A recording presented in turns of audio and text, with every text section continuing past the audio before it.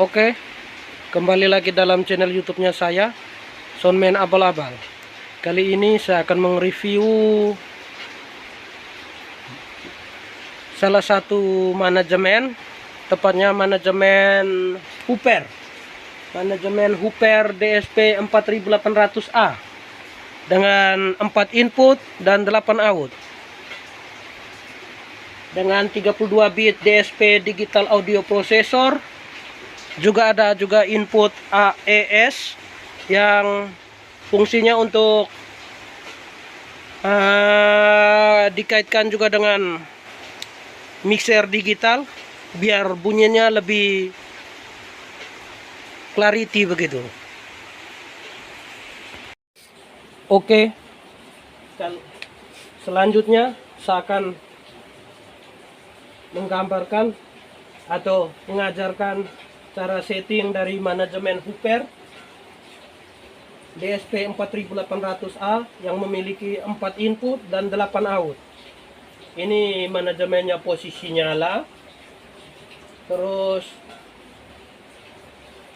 saya akan menggambarkan cara mengoperasikan. Jadi sekarang kita kasih mati dulu. Nah, coba untuk nyala. Ini lampunya.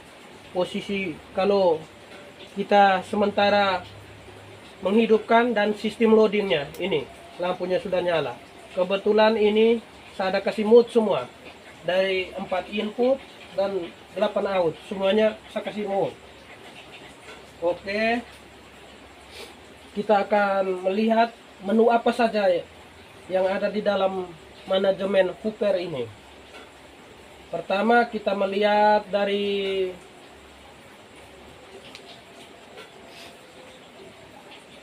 Jadi kita akan melihat menunya, menu apa saja dari inputnya. Menu ada X over sub menu, terus itu ada X over menu, ada program copy, ada channel copy.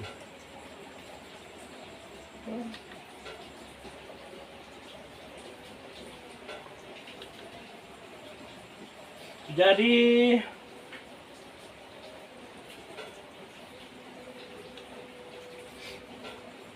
load program di menunya X over, terus kita tekan enter, apa saja yang di dalam X over sub menu. Ada load program, ada store program, ada erase program. Jadi load program fungsinya memanggil program yang sudah pernah kita simpan. Terus itu kalau store program menyimpan hasil program yang kita mau program atau simpan. Terus erase program, erase artinya menghapus. Erase berarti jadi erase program artinya menghapus program yang pernah disimpan. Ini erase program. Jadi kita back lagi untuk melihat lagi ulang.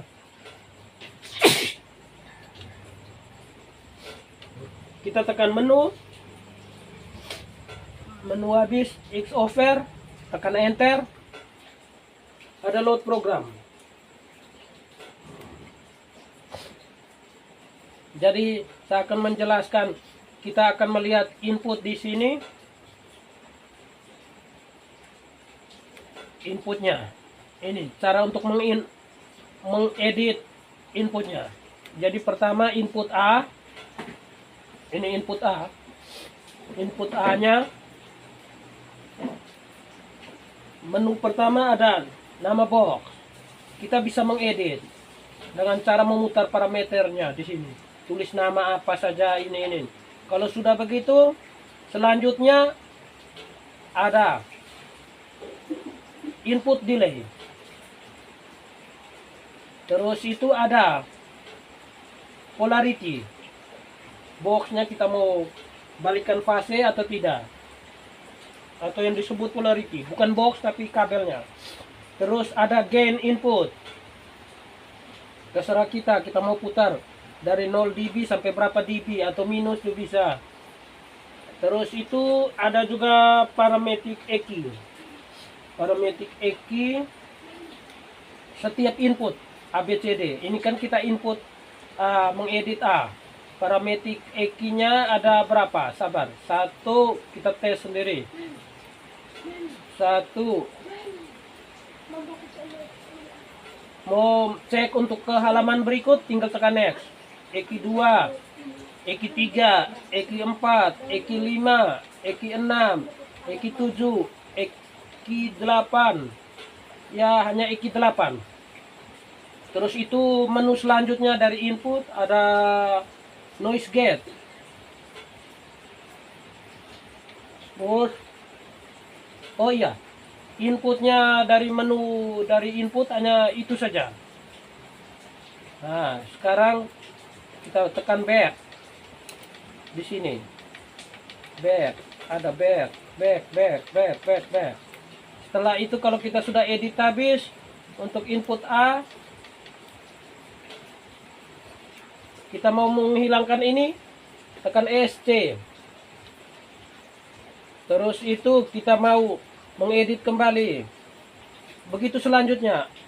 B, C, dan D juga begitu. Selanjutnya kita ke output. Mau lihat apa saja menu yang ada di dalamnya. Output, tekan lama. Cara untuk mengeditnya. Ya, ini kalau sudah tampak kuning begini berarti dia sudah kita siap edit. Di menu output 1 ada nama box. Setelah itu kita lihat lagi, kita bisa memberi nama dengan cara ini. Ini tombol 1 ini. Terserah kita mau simpan nama apa-apa. Terserah dari kita, selera kita. Misalnya monitor atau aux 1. Aux 1 itu untuk monitor atau untuk sub atau untuk apa saja. Intinya kita tahu routingnya. Output 1. Menu pertama nama box, bisa juga. Nah, kedua source. Source itu berarti jalur atau routingnya. Jadi kita mau input 1. Output 1 tuh kaitan dengan input 1 ke tidak. Kita kasih on. Kalau tidak,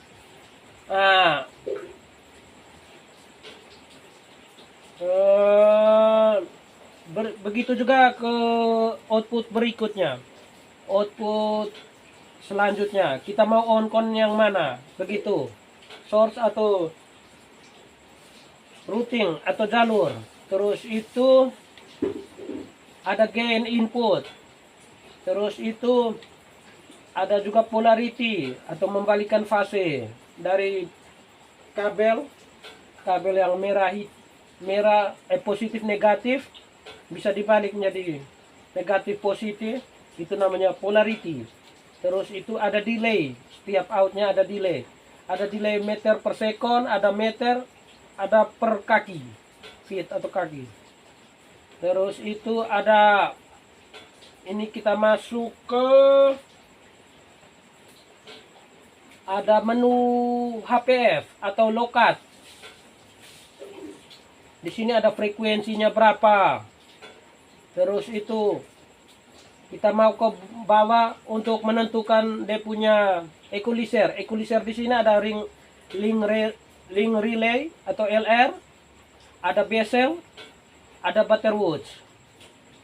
Terus itu kita mau pindah lagi ke slope-nya, besarnya kemiringannya ada 12 dB, ada 18 dB, ada 24, ada 48. Begitu, selera dari kita saja. Terus ada juga menu berikutnya, ada LPF atau high cut. Itu juga ada frekuensinya. Ada juga filternya untuk menentukan dia punya jenis equalizernya. Kita bisa pilih link relay, bisa bezel, bisa Butterworth. Ada 3 jenis equalizer.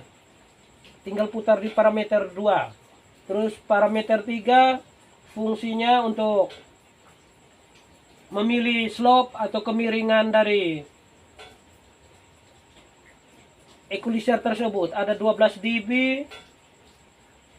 ada 18, ada 24, dan ada 48.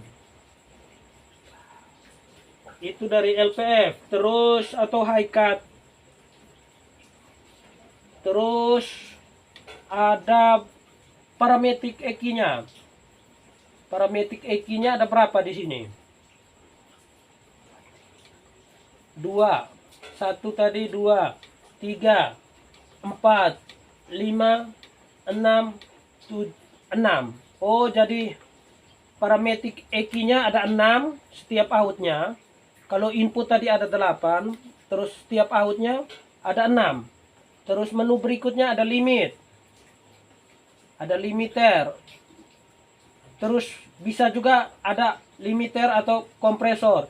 Jadi kita bisa menglimit, membatasi sinyal yang berlebihan dari sinyal input yang diterima. Terus itu ada menu berikutnya lagi, kompresor. Ada settingan threshold, ada attack, ada relay. Begitu.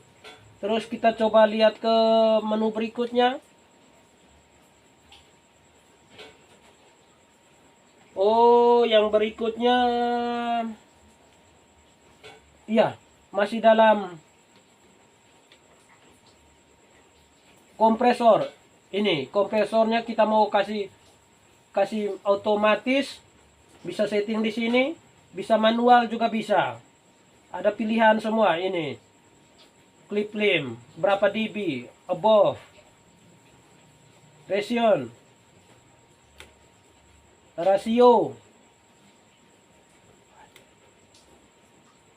Kiranya itu saja gambaran dari saya tentang manajemen Hooper DSP 4800A.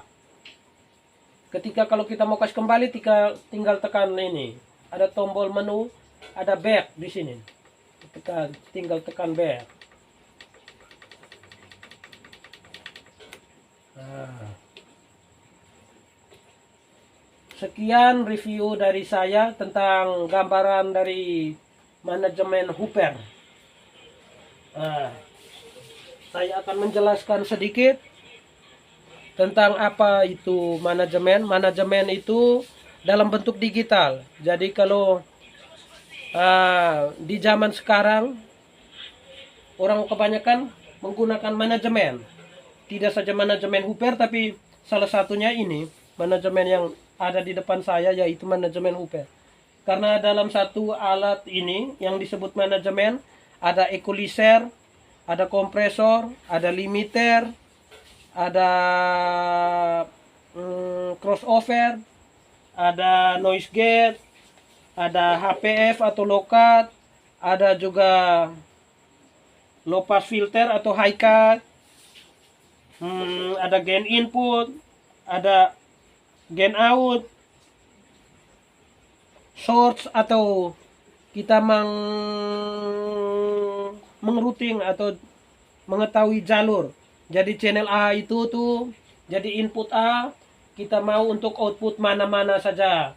Input B, output mana-mana. Input C, begitu. Atau untuk mengrouting jalurnya. Intinya dasar dari semua manajemen ini, dasarnya kita harus mengetahui dari analog. Itu baru kita bisa mengoperasikan sebuah manajemen begitu.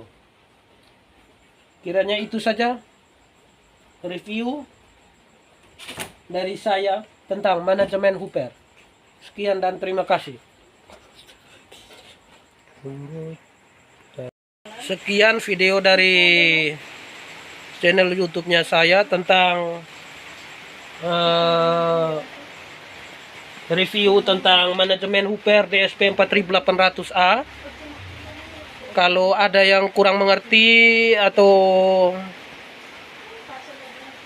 mau saya kasih belajar atau mau berbagi begitu, tinggal kontak saja di nomor WA-nya saya 082 145 052 012 atau nama Facebook saya Mario Tengker Nonggoa, atau bisa juga di komen di channel YouTube-nya saya.